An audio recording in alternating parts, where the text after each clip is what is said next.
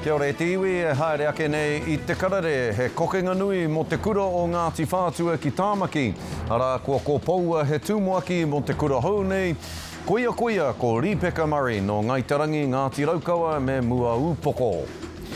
Kua tai atu te kaiwhakairo no Ngāpuhi a ringatoi ki tōna ukai pō ki te taitokerau, ki te tautoko I te whakairotanga o te uri o hina I Pukepoto.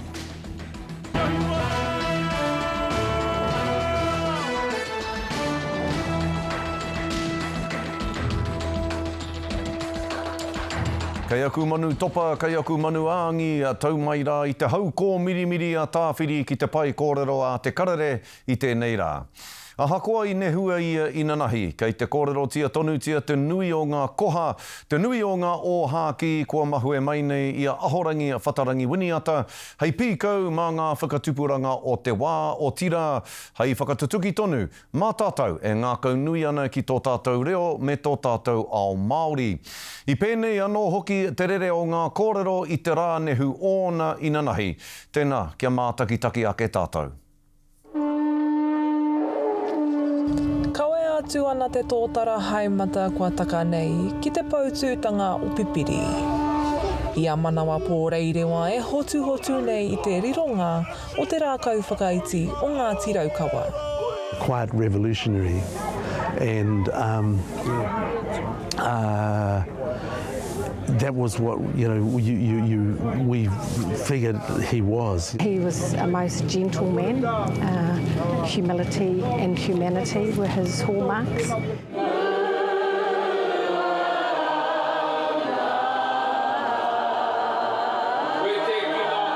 Wetahi, nā rātou te ki e tangata māro. Engari māku te ki he ua whakapono, he ua mātauranga, he ua iwi, he ua tā ao tōrangapū. O tira, ahako hea te mahi, I whakaritea hei whai mana, nā noi whakapau I tana kaha. He rākau taumatua mo te whakarauoratanga o te reo Māori. No pērei taku koraua a te hiko o te rangi hohepa, patariki te rei, e rā o ngā iwi kātea rātau. Me e harai a rātau tērā tirohanga matakite nei, o te whakarauoratanga me te kua hāhā tonu tō tātou reo Māori nā reira. Me tāna ki, hari te mea ko te reo anake engari, ko te reo me a tātou tikanga, hei Huarere. Kapa kau nei te tino rangatiratanga me te mana motu hake I ngā haki ka rārangi hia tēnei huarahi o ngā toko waru marae. He huarahi I whāia e whatarangi te wā o te ora nō nā kātu hei prehitini mo te pāti Māori. Engari, I rote te whare pāremata ina ke ngā momo āhutanga I kitea mai ai. I kōrero hia ngā take, I te wā o te raru, koia te tangata mārama, I tana titiro ki te kaupapa. I tōtō mai a mātanga me mapare, mata ki runga I te ara e tika ana. I rote I te pai, he rawe te noho I tana taha. I te whakarongo ki ana kōrero, wana tohu. Engari I tukuna mātou ki te mahi ngā mahi, hei pāinga mo te iwi Māori. Nā koene te tangi o te ngākau. All around the kaupapa and the tikanga. You know, it was about caring for our world, caring for our whenua, caring for our tangata. That was the context. He used to talk about drawing from the kaupapa to help you exercise the rangatiratanga in your decision making. So everything was done through a kaupapa and tikanga lens. Koia tētahi o ngā tino tauiro o te whakatinanatanga, o te tino rangatiratanga, o te mana Māori motuhake. Hara mana te pāki waha noa, engari ko tāna he mahi te mahi. Ko ana koranga pēr te uru paunamu mo te ao tōrangapū Māori I tēnei rā. I nei rā, ko rereke te tisiro, ko rereke te whakatakoto te kaupapa, nāna tonu I whakarite. Poeno, he kaupapa kōrero tērā mā te ao Māori. Me ata ruku mārika, ngā kai tōrangapū, hakoa hau nei. I te purupura, I ata whakatongi ai. Koi nei te hua o te whakakitenga o ahorangi whatarangi. He oi, kei pōhehe, ka mātua I tēnei. Kia kite au, kia rongo au, i ngā whakatupuranga e rima e kōrero Māori ana, tērā pēr ka hānea nea ake taku takoto. I went to Uncle Whātua and I said, well, Uncle, I think it's time for us to refresh whakatupuranga ruamano. And he said, well, no, Larry, no, I don't think we need to do that. Whakatupuranga ruamano can see us through to the year 2999. Koina tāna.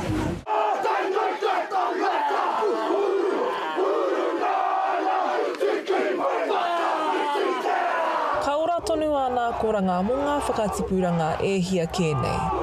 I tōna waka ka urungi i aia ki te rua kaitaka o te pōna nā wariki. Regan Paranihi, Tauru News.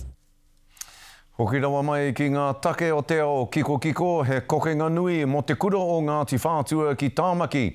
Arā ko paua he tūmoaki mo te kura nei koia ko Ripeka Murray no Ngaiterangi Ngāti Raukawa me mua upoko. He ai ki ngā kōrero ka tūwhera ngā kuaha o te kura hou nei a te rā marama. A ka noho ko Murray hei tūmoaki tuatahi. Anei te pūrongo a Mārena Mane. Mai ngā tai o te mautere o matakana hei tūmuaki o mua ki te kura o te mautere o matakana. Ki te Pukepoto o Tāmaki ma kaurau ka kuhu mai atu a Ripeka Murray ki tāna tūranga kaiarahi hou. Ko hari katoa mātou o Ngāti Whātua rākei i te whakapūmautanga o te tumuaki mo tā mātou kura ka huaki roto i te marama i tūmai nei nō reira e hari ana e rongo ana i tēnā wairua hari roto i te iwi roto i te rānei. Kua piro e rere haere ana, engari kai te hari koa, ko tau te wairua, kai te hikaka anō hoki te whakarite e tēnei kura mo te iwi o Ngāti Whātua o rākei, o tira munga moko puna. I kōwhiria Murray nā runga i o nā pūkenga arahi i te ao mātauranga Māori, me tōna hāngaitanga mai ki ngā tūmanako o Ngāti Whātua o rākei, e hara i te mea nā te whakapapa anake. Te nui ngō mātou kare mātou e pirangi ki tēnā tūranga. Me pēnei pia te kōrero, i tohua te tangata kei aia ngā pūkenga e tika ana, hei kawe i tēnei taonga nui mo tēnei wā. Nō reira, i puta i mātou, i waho atu i te iwi, te mea, i reira ngā pūkenga, engari, i kite anō he pūkenga he wānanga o waho atu, nā i tō ia mai. Hei tā Murray e hara i te mahi ngāwari te wehe atu i te kāinga, engari i e tahiwa, me puta atu i tō taiao ki te kimi whea ko hou, e hāpai ana i tō whanaketanga mai. Ko te tahi o ngā kianga motuhake ki te kura o te kāinga, kia kana te mata ki te ao. Nō reira, kōrero ana mō ngā karu e kanakana ana, puta atu i te mautere, kia kite i te ao, kia mau koe i tōtu ākiritanga, me te mōhi o he matakana tuturu tēnei. Ka kuhu atu ia ki tētahi tūranga whānui, hei kai hautu mō tētahi kura haurua, e whai ana kia tauri te ai te auwahatanga, te haipapa me ngā uara, e arataki nā ana e te iwi. Mena ka pono aku kōrero, e hara i te mea ko oku whāinga anake. Ko tāku e hia te rongo i ngā whāinga ngā moemoea o te whānau o te iwi. Nā ko nā ka whakamahere i aua hia, ka pēhea te whakatutuki i aua hia, hei painga mo ngā mokopuna. Ko tāna haerenga, ko tāna tirohanga, me tāna ki te kaupapa, ka noho hei tū wāpapa mo tētahi anamata tai aho, mo te kura o Ngāti Whātua ki Tāmaki. Today I stand before you deeply humbled and incredibly honoured to start this journey as tūmaki of te kura o Ngāti Whātua ki Tāmaki. Mārena Mane, te karere. Ka te tiwi ko Hūhana Lyndon o te rōpū kākāriki te pū kōrero o te rāne no te wharepāre mata o tira no te ao tōrangapū. Nō reira Hūhana e mihi tonu ana ki a koe te tuahine tēnā koe, nau mai anō ki te karere. Tēnā koe, tēnā koutou he te motu. E hoa, te maha hoki o ngā tino taniwha o te ao Māori kua wehe ki te pō i ngā rā tata nei. Ko tā Tāmati, ko tā Hireni, ko Whatarangi Winiata, ana, ko Len Bristow o te iwi tonu o Ngāti Hine. He kupu poroporo aki rānei au. Tuatahi pēr kia Whatarangi, kātahi kahuri kia Len Bristow. I tēnei wikene I puta mātou ngā kākāriki ki runga I te marae o ngā toko waru. Ke te taha o te mano tāngata, te rahi o ngā manuhere e whakaeke ana ki runga ia Ngāti Raukawa ki te poroporo aki I tēnei hautupua o te ao Māori. Me tōna kitenga, mo tērā kaupapa nunui whakatupuranga rua mano, he tauira tēnei mō mātou katoa. Me taku tirohanga anō, ka hoki ahau ki roto iau I roto Ngāti Hine, mo tērā matua o Lenny Bristow, ao pāpāho nei, me tōna whakarawe-rawe, te whakamahi tō tātou reo. Nō reira, enei momo tāngata, he hau tupua ki roto I te kāinga, anō he tauira mō mātou, mō ngā reanga, mō ngā tupuranga e puta mai ana. Me te aroha oki ki ngā whakatupuranga nera Hūhana I te mea, ko tērā momo reo I a rātou, ka ngū tērā reo, e mihi ana ki a koe I tēnā whakaaro nui e nā kupu poroporo aki ki o tātou mate o te wā. Kia hoki mai ki a tāua, ko tā te kāwanatanga e hoa, ka panoni rātou I te ture, kia noho ko ngā kai kaunihera I pōti hia e te marea. Ko rātou anake, ka whai mana ki te tuku pōti I roto I ngā kōmiti a kaunihera nei. Me te aha, mā te pēnei, ka aukati rātou I te kōpautanga o ngā māngai a iwi hei mema whai mana pōti ki aua kōmiti. Taku pātai ki a koe Hūhana, he patua nō rānei tēnei I te Māori, he tāmia nō rānei tēnei I te Māori. Pēhe o whakaaro? Ai, ko tēnei putanga o te kāwanatanga, e patu ana I te reo o te Māori ki roto I ngā komiti whaiti ki runga I ngā kaunihera ai ka tika. Engari, ki roto I ngā kaunihera tonu, I tohua e rātou e tahi atu mema o te hāpori ki runga I o rātou komiti whaiti nei. Pēnei I ngā kai tatau, noho ana ki runga I etahi o ngā komiti whiriwhiri e pāna ki ngā tahua pūtea o ngā kaunihera. Horekau enei momo māngai Pākehā a iwi a hapu, haia te pōti I nei ki runga I ngā komiti.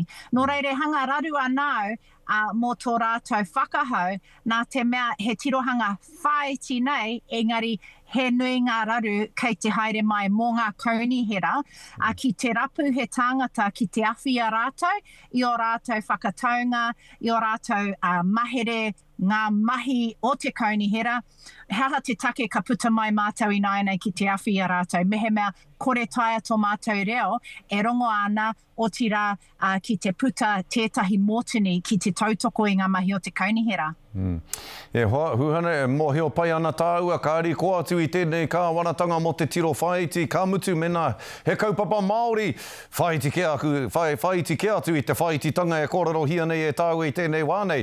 E hoa, kākāriki, koutou ngā kākāriki, ko oti ia koutou, te ropu kākāriki, te ata whakarārangi mai ko wai ka whakataitai mā koutou ki ngā tūru Māori. Ana, ko Florence te o Huarere ki Tāmaki makaurau, ko Lisa te moringa ki te taitonga, nā reira taku mōhio iho, toko rima ngā wāhine Māori, ka kawa I tamana o ngā kākāriki ki te whakataitai mō ngā tūru Māori. Hea te rautaki Hūhana, e riroa I o koutou, e nei tūru Māori nei.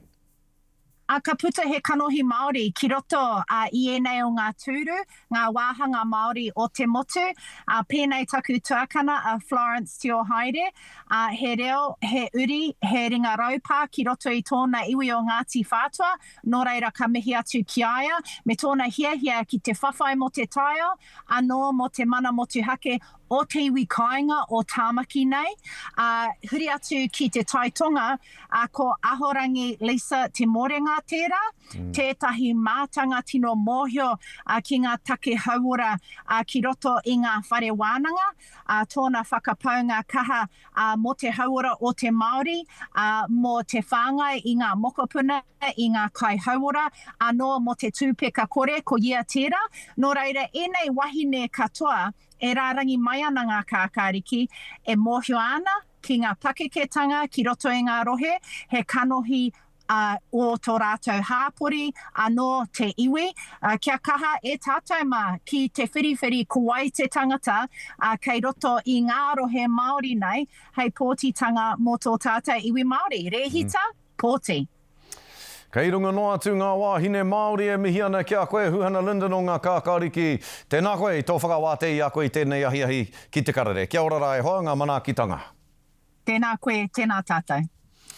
Ka te e tiwi hei muri ake i ngā whakatairanga kua tai atu te kaiwhakairo no Ngāpuhi a ringatoi ki tōna ukai pō ki te taitokerau ki te tautoko i te whakairotanga o te uri o hina i Pukepoto. Kia mau tonu mai kia te karere. Hoki mai anō ki te karere, kua tai atu te kaiwhakairo no Ngāpuhi a ringatoi ki tōna ukai pō ki te taitokerau ki te tautoko i te whakairotanga o te uri o hina i Pukepoto. Ko tāna whakahoki tēnei ki te hunga i āwhina i te whakatūtanga mai me te whakarākeitanga mai o te whare nui i Pākanai. Hei tāna, ko tōna tino tūmanako kia tokomaha ke ngā tāngata e ako ana ki te whakairo o tira e whakairo ana i ngā whare tūpuna huri noa i te taitokerau. E kite ana i te kaha o ngā hono ngā hakairo o te taitokerau ki Parapara. My biggest dream really is to have more carvers and working on whare nui. I'm not really sort of yeah, if you want to carve 21st keys and bloody trophies and stuff like that, that's fine. But I think what's really important and the big picture stuff is our whare tūpuna. Ko ringatoi o Ngāpuhi e tautoko ana ki te whao i ngā taonga mo te uri o hina. Ai haka hoki ana i te tautoko i haka whiwhia ki aia i Pākanai mo tō rātou whare nui hau. And so with that, you know, the biggest resource is tangata. And so training our boys up and training our crews up to be able to handle that, don't matter which rohe they're in. I think that would be, yeah, that would be something to leave behind after it's all done. Get your angle, you just run that over. Ko ia pē te tahi tino tohunga kia hau roto i tēnei ao toi nei no Ngāpuhi nui tonu. Nō reira ka nui nei taku hari i whakaia kia piri mai ki tēnei kaupapa, kia āwhina i a mātou, ki te whakatika i a mātou i ona wā, a hoeno. He roto i tēnei wiki, ko tahi nei, a kāhia nea no ngā kura huna ko puta kē i aia. Ki tā āwhina i a mātou, e runga i te ngākau whakaiti. Aha koe wētahi tāma, ko mea nei, Anei wētahi mea hei whakapaipai ake e koe. Ko roto i wēnā kupu, he aroha ne, tā te mea aroha nui ana ki te mahi, me te kaunga te mahi, ki eki ki tērā taumata e hehia te ana, ne? A kia rangatira te mahi. E ai ki ngā tohunga, kei te kitea tonutianga pānga o te tukunga iho o te tāmitanga ki te toi hakairo o te taitokerau. It's definitely a people thing, bro.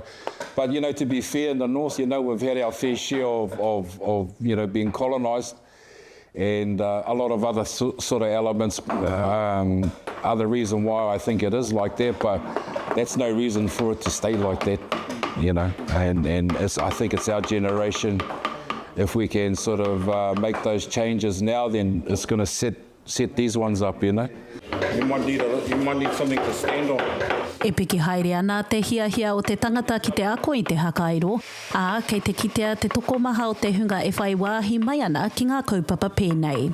Pene he ana koe ki te ako i wēnei tūmahi, te whakairo, te moko, te hā tūraini.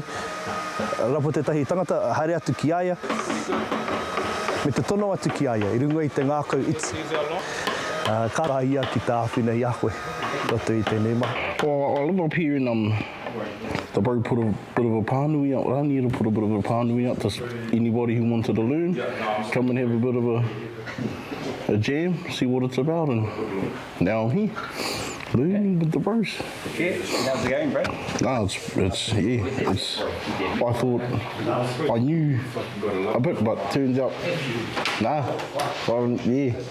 there's a lot to learn. It's like inspiring, bro. You can see the confidence, the knowledge they have gives them the confidence to just. I'm still a bit whakamā on doing too much. I might ruin it, but the way they just They just moved him where it's an art, and they've got it.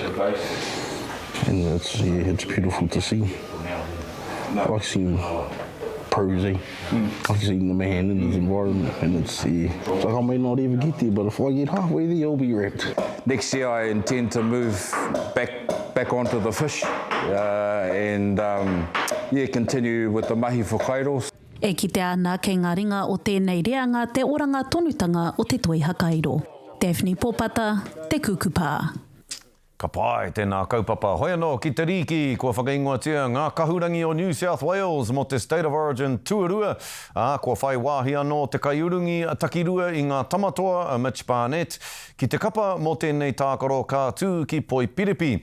Ki te eke ia ki te muro o te ahi, ka pā tuki atu ia ki tōna hoa no ngā tamatoa kia Kurt Capewell. Kua whakaingoatia nei anō, ana ki te kapa o Queensland. Kei roto te tākaro, kai tākaro no te kapa Kiwi me Penrith, Casey McLean i te kapa o New South Wales, ahakoa i takoki i aia tōna raparapa i te pare kuratanga a Penrith i ngā Tigers i tēnei wiki, ono te kau mā waru ki te kore. I tēnei wā, ko tahi te toanga kia kahurangi o New South Wales, au atu o Queensland i te whakataetai State of Origin i tēnei tau. Kia kaha tonu New South Wales, hei muri ake i ngā whakatairanga ko ngā huarere o te wā kia mau tonu mai e tiwi ki te karare. E tiwi anei e ko manawa ake nei ko ngā tohu huarere. Karote hono me te piri, ka whānau a rāua tamariki. Ko tāne nāna i toko i ona mātua. Kia we he ake, yeah.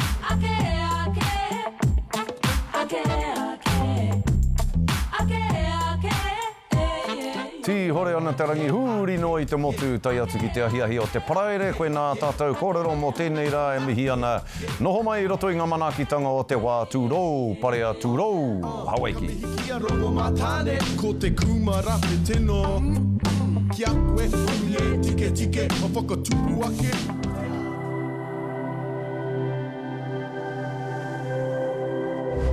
Ko te reo, te take.